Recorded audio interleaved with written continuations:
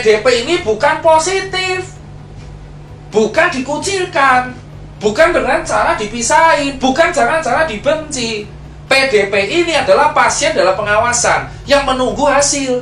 Kayak saya kemarin masuk rumah sakit, saya gejalanya 3 yang memenuhi: batuk, demam, baru 1 hari demamnya, dan riwayat kontak dengan red zone.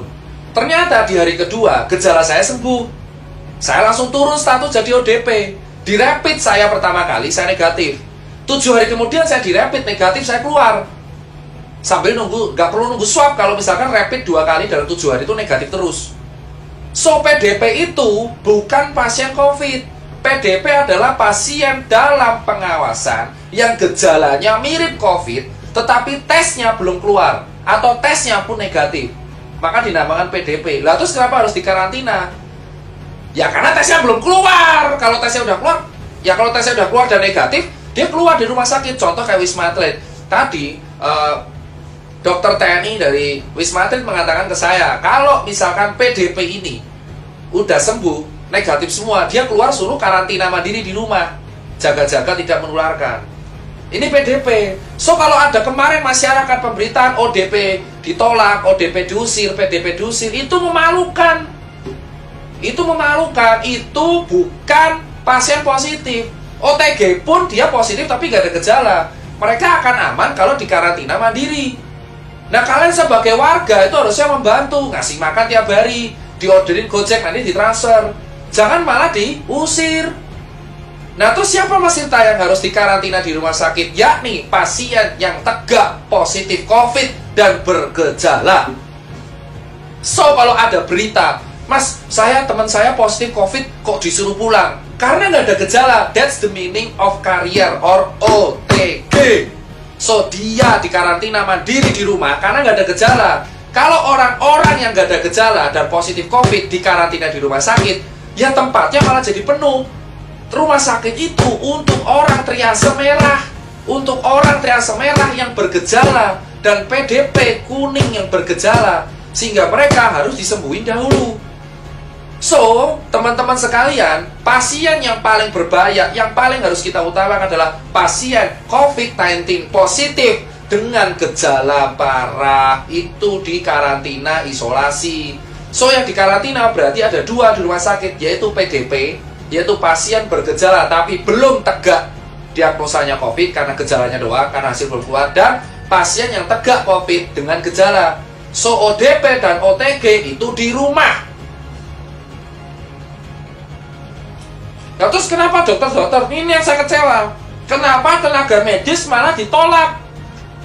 Tenaga medis itu nggak boleh ditolak.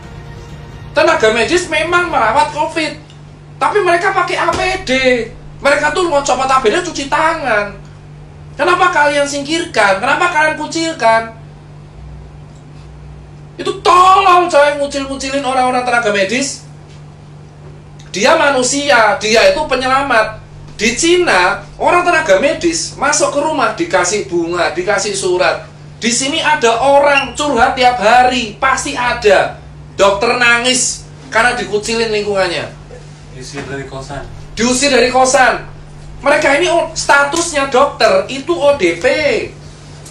Mereka punya riwayat kontak dengan pasien positif, tapi mereka nggak bergejala. Dan mereka juga dites rapid tiap hari, Bapak. Tiap 7 hari mereka tuh tes rapid. Kalau sudah positif dia dirumahkan. Sistem jaganya tenaga medis itu 14 hari off, 14 hari on. Jadi 14 hari jaga, 14 hari off turun. Jadi mereka itu bukan orang yang aib gitu loh Pak. COVID itu kayak TBC Pak. TBC bahkan lebih berbahaya, dia airborne disease. Dan TBC itu diremehin di Indonesia. Bahkan sudah ada vaksinnya BCG. TBC selama dulu airborne disease, gak ada kayak gini. Padahal TBC itu kalau batuk, virusnya Mycobacterium tuberculosis itu bertahan di udara selama berjam-jam. Dan pengobatannya TBC itu 6 bulan. Belum campak.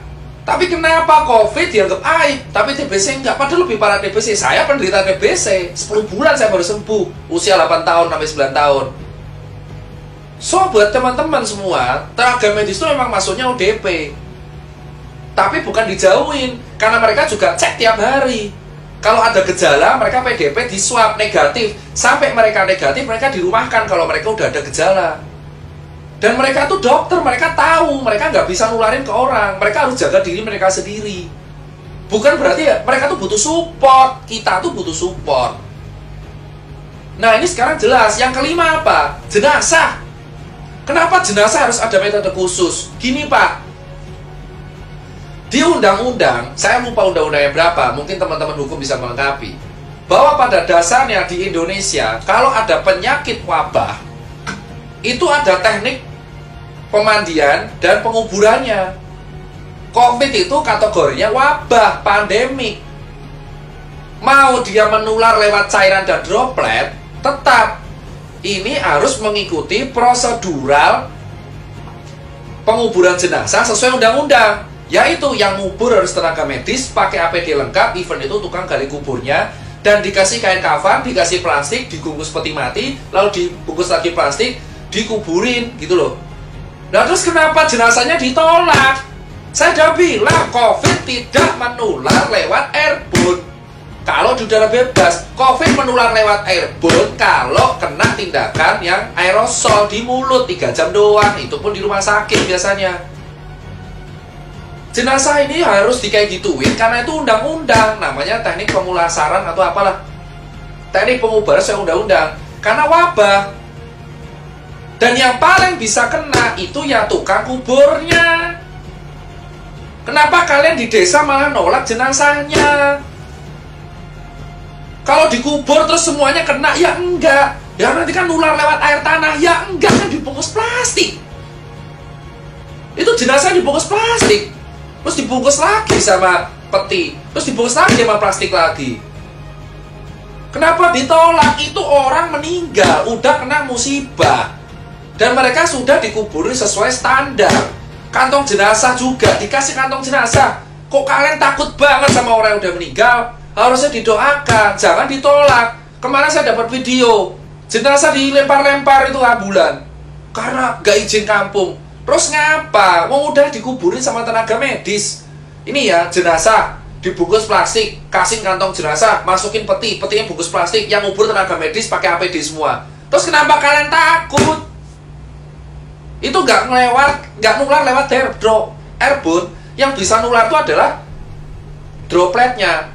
Berarti kalau jenazah bisa nular, ya siapa tahu dropletnya keluar dari mulut, bisa jadi toh. Terus kita megang jenazahnya, makanya dibungkus mati-matian karena itu sesuai UU.